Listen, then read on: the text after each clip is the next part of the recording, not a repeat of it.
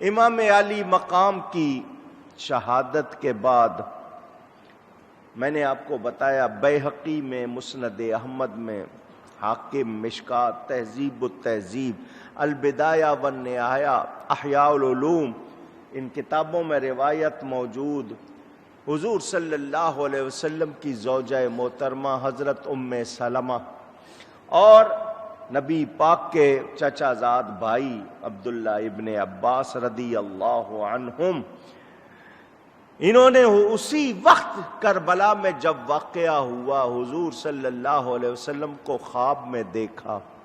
نبی پاک کی پگڑی کے پیچ ڈھیلے ہیں، چہرے پر غبار ہے، غصہ ہے، ہاتھ میں بوتل جس میں خون، یوں لگتا ہے جیسے کسی سفر سے آئے۔ دونوں نے کہا قربان جائیں، کہاں سے آ رہے ہیں؟ خون کیسا؟ یہ غصہ کیسا؟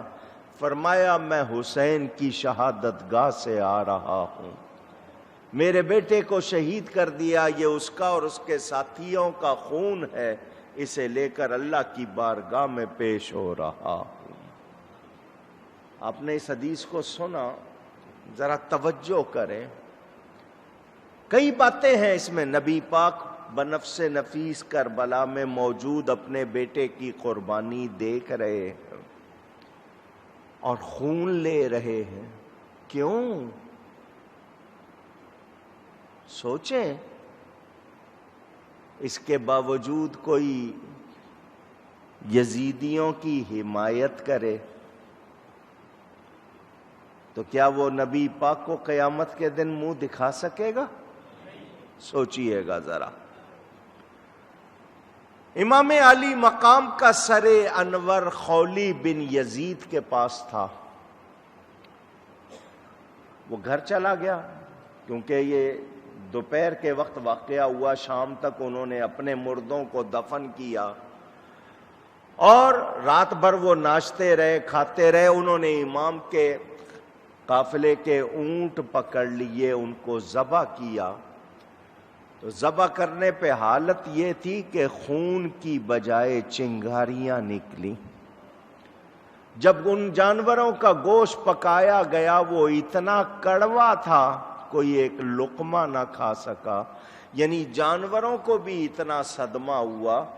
آپ کو کوئی بخار صدمہ ہو تو آپ کے منہ کا ذائقہ کڑوا ہو جاتا ہے، ان جانوروں کا یہ حال ہو گیا۔ اس نے لے جا کر خولی نے نبی پاک صلی اللہ علیہ وسلم کے شہزادے کا سر فرش پر رکھ دیا، زمین پر، اور ایک برتن اس پر تھوڑا سا ڈھک دیا اور یہ جا کر سو گیا۔ اس کی بیوی کا نام نوار تھا، وہ اٹھی، کسی وجہ سے اٹھی تو اس نے دیکھا کہ کوئی سر ہے اور اس سے روشنی نکل رہی ہے۔ البدایہ میں، تبری میں، ابن اسیر میں یہ بات موجود، اور کچھ پرندے ہیں جو اس سر کا طواف کر رہے ہیں، چمکتے ہوئے پرندے۔ وہ کافی دیر تک یہ منظر دیکھتی رہی، سوچتی رہی، پھر اس نے شوہر کو اٹھایا، یہ کیا ہے؟ کس کا سر ہے؟ اس نے کہا نواسہ رسول کا سر ہے۔ عورت ہل کے رہ گئی ہے۔ گھر میں کوئی آتا ہے بچوں کے لیے مٹھائی لے کر، کھانا لے کر، کپڑے لے کر، چیزیں لے کر، تو گھر میں نواسہ رسول کا سر لایا ہے؟ بہت برا آدمی ہے تو اس قابل نہیں کہ تیرے ساتھ رہا جائے۔ رات کا وقت ہے، میں کہیں جا نہیں سکتی، صبح ہوتے ہی میں چلی جاؤں گی، اب میں تیری زندگی میں نہیں رہوں۔ اس سے یہ بے ادبی برداشت نہیں ہوئی، مگر وہ کہتی میں ساری رات دیکھتی رہی کہ چمکتے ہوئے نوری پرندے فرشتے ہوں گے جو اس سر کا طواف کرتے رہے۔ صبح ہوئی، اس ظالم نے حالانکہ رات کو یہ منظر خود بھی دیکھا مگر اسی طرح سر کو پکڑ لیا۔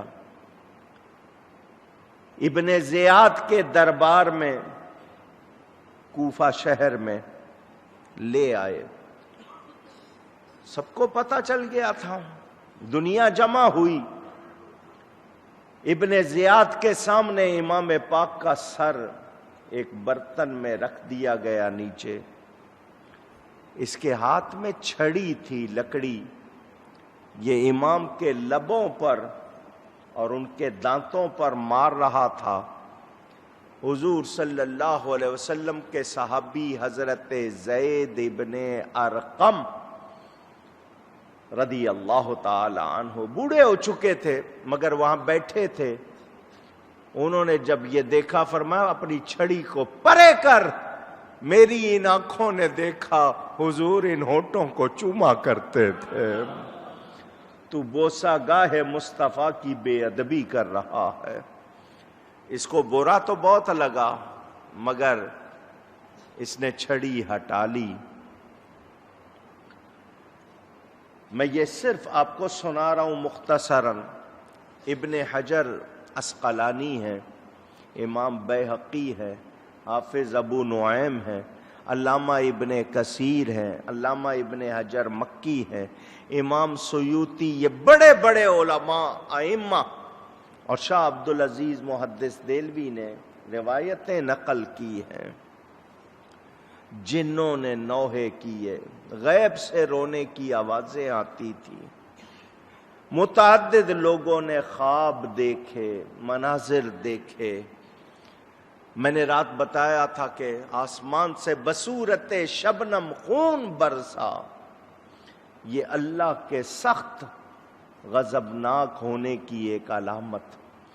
بلکہ یہاں تک علماء نے لکھا ہے اب بھی جو آسمان کے کناروں پر آپ کو سرخی نظر آتی ہے یہ حضرت امام کی شہادت سے پہلے نظر نہیں آتی تھی، یہ اس کے بعد سے آنے لگی ہے. یہ اسی سرخی کی وہ اس کو باقیات بتاتے ہیں.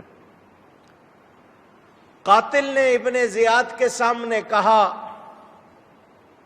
میرے اونٹوں کو سونے چاندی سے بھر دو کیونکہ میں نے بہت شان والے بلند مرتبہ سردار کو قتل کیا ہے.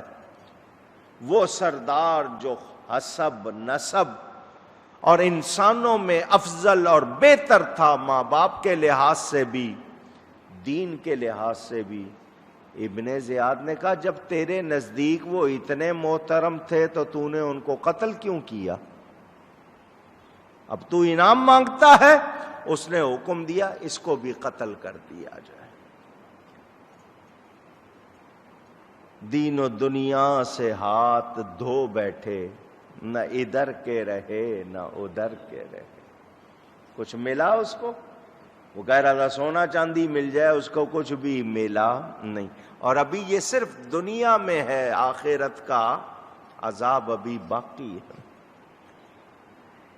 ابن زیاد نے بکواس کی، کہنے لگا سب تعریف اس اللہ کے لیے جس نے تمہیں قتل کیا اور تمہیں ذلیل کیا، معاذ اللہ. جب اس نے یہ بکواس کی، حضرت سیدہ زینب مولا کائنات کی بیٹی، حضرت امام کی بہن، انہوں نے جواب دیا الحمدللہ الذی اکرمنا بمحمد صلی اللہ علیہ وسلم وطہرنا تطہیرا. تو کہتا ہے اللہ نے ہمیں ذلیل کیا، تو جھوٹ بولتا ہے. سب تعریف اس اللہ کے لیے جس نے ہمیں عزت دی ہے اپنے پیارے نبی صلی اللہ علیہ وسلم کی برکت سے، اور ان کی برکت سے ہمیں پاک کیا ہے. ابن زیاد یہ باتیں کر رہا ہے، کیا مطلب اس کو خوشی ہوئی ہے نا؟ پوچھ رہا ہوں. اونچی اس کی نظر پڑ گئی حضرت امام زین العابدین پر. کہنے لگا خدا نے اسے کیوں قتل نہیں کیا؟ حضرت امام زین العابدین بڑے مطمئن ہو کر جواب دیتے ہیں. آیت پڑھی اللہ ہی جانوں کو قبض کرتا ہے، حین موتہا اللہ الذی یتوفاکم. کیا ہے آیت؟ حین موتہا اللہ تعالیٰ ہی جانوں کو قبض کرتا ہے جب ان کی موت کا وقت ہوتا ہے۔ آپ نے آیت پڑھی، وہ آگے سے بول نہیں سکا۔ اس نے کہا پتہ کرو یہ بالغ ہے۔ جب پتہ چلا بالغ ہے، اس نے کہا حکم دیا ان کو بھی قتل کر دو، میں چاہتا ہوں حسین کی اولاد میں کوئی باقی نہ رہے۔ حضرت امام زین العابدین نے فرمایا ان عورتوں کو کس کے سپرد کرو گے؟ مسلمان کہلاتے ہو نا، محرم کا حکم شریعت میں ہے، ان عورتوں کو کس کے سپرد کرو گے؟ حضرت سیدہ زینب نے امام زین العابدین کو اپنی آغوش میں لے لیا اور اس درد سے روئیں۔ حضرت امام زین العابدین مطمئن تھے، سیدہ اتنے درد سے روئیں کہ سب محفل والے بھی رونے لگ گئے۔ حضرت امام زین العابدین نے فرمایا کسی متقی شریف آدمی کو ان عورتوں کے ساتھ کر دو، قرابت کا لحاظ کرتے ہوئے، اور مجھے قتل کرنا چاہتے ہو تو کر دو۔ مگر اللہ تعالیٰ نے امام کو بچانا تھا، اس کی توجہ ابن زیاد کی کسی اور طرف ہو گئی۔ اس نے حکم دیا کوفہ کی جامع مسجد میں لوگوں کو کہہ دو جمع ہو جائیں، میں ان سب کے سامنے خطاب کرنا چاہتا ہوں۔ سارے لوگ، اعلان ہو گیا، منادی ہو گئی۔ اس نے وہاں آ کر خطبہ پڑھا، یزید کی تعریف کی، حضرت امام حسین کو اور حضرت علی کو اس نے برا بھلا کہا۔ حضرت عبداللہ بن عفیف ازدی حضرت علی کے دوستوں میں سے تھے، ایک شخص وہاں بیٹھے ہوئے، یہ بہت بوڑھے ہو گئے تھے اور ان کی بینائی چلی گئی تھی، اب نظر نہیں آتا تھا۔ وہ بول پڑے، اوہ ابن زیاد چپ کر، تو برا ہے، تیرا باپ برا تھا، امام حسین بہت اچھے تھے، ان کے باپ بہت اچھے تھے۔ بھری محفل میں ابن زیاد کو کسی نے ایسا کہا تھا،